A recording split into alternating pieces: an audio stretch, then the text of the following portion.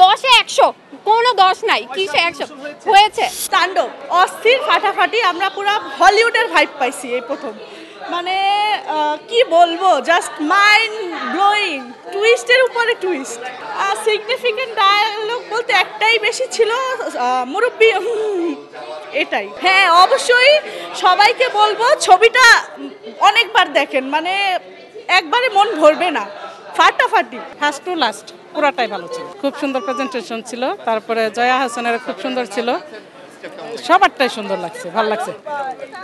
শাবনূর ওটাও ভালো লাগছে, যেহেতু নতুন ওরা নাটকের থেকে সিনেমা আসছে, আরো ভালো করবে, আরো ভালো করবে ওরা, অসাধারণ।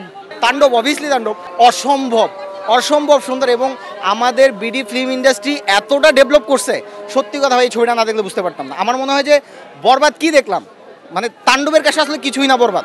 ভাই রে ভাই, মানে রায়হান রাফি সত্যি, মানে আসলে ওনারা জড়া ধরার তো আসলে মানে চান্স পাই না, যদি পাইতাম জড়া দেখুন ভাই আপনার এই মাথা কই থেকে আসে, আপনি কি দেখেন, আপনি কি খান, তার আসলে এই প্রশ্নটা আমার করার খুব ইচ্ছা। এইরকম ব্রেন দিয়ে এইরকম ছবি মানে জাস্ট অভাবনীয়। তারপর সবচেয়ে বড় কথা যেটা, সাকিবকে যেভাবে প্রেজেন্ট করা হয়েছে, সাকিবের যে লুক, সাকিবের যে স্টাইল, ভাই তুফান বরবাদ কিচ্ছু না তাণ্ডবের কাছে। তাণ্ডব যারা দেখছে তারা এক বাক্যে বলবে তুফান বরবাদ কিছুই না তাণ্ডবের কাছে। এরকম সিন নেওয়া হয়েছে। তাণ্ডব খুবই ভালো লাগছে, 10-এ তো 9.5 দিতে পারি, খুবই ভালো ছিল। লাস্টে পুরো টুইস্টে ভরা ছিল, মানে এতটা আশা করি নাই আমি যে এত ভালো হবে, খুবই ভালো লাগছে। ওই যে এক স্বাধীন নামে একটা ছেলে, যার ক্যারেক্টারটাও ওইটার মধ্যে ছিল, ওর যে রিভেন্স নিচে ছিল, ওইটা খুব ভালো লাগছে, যে একজন রিভেন্সও নিচে, তো ভালো লাগছে। লাস্টে নিশো ছিল, সিয়ামের ক্যারেক্টারটা পুরো আলাদা, ভালো লাগছে আমার সব মিলিয়ে, খুব ভালো লাগছে। হ্যাঁ আমি বরবাদ দেখছি লাস্ট ঈদে, হ্যাঁ সেটার থেকে এই ছবিটা ভালো, অনেক ভালো। হ্যাঁ ফ্যামিলি নিয়ে সবাই দেখতে পারে, আমি আমার শাশুড়ি, ননদ, হাজব্যান্ড সবাইকে নিয়ে দেখছি। আমার না ডায়লগটা ঠিক মনে নাই ওইভাবে। তাণ্ডব সিনেমাটি দেখেছি, অস্থির একটা মুভি, মানে আমি সবাইকে রিকমেন্ড করব, আপনাদেরকেও রিকমেন্ড করব। অনেক গঠনমূলক একটা ছবি, অবশ্যই দেখা উচিত। অবশ্যই এগিয়ে, অনেকটাই এগিয়ে।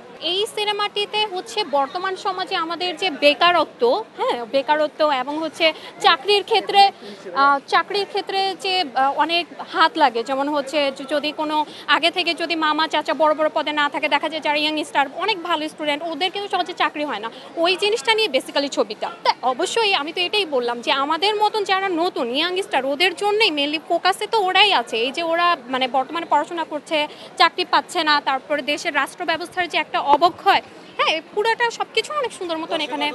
10-এ 100, কোনো 10 নাই, কিসে 100 হয়েছে।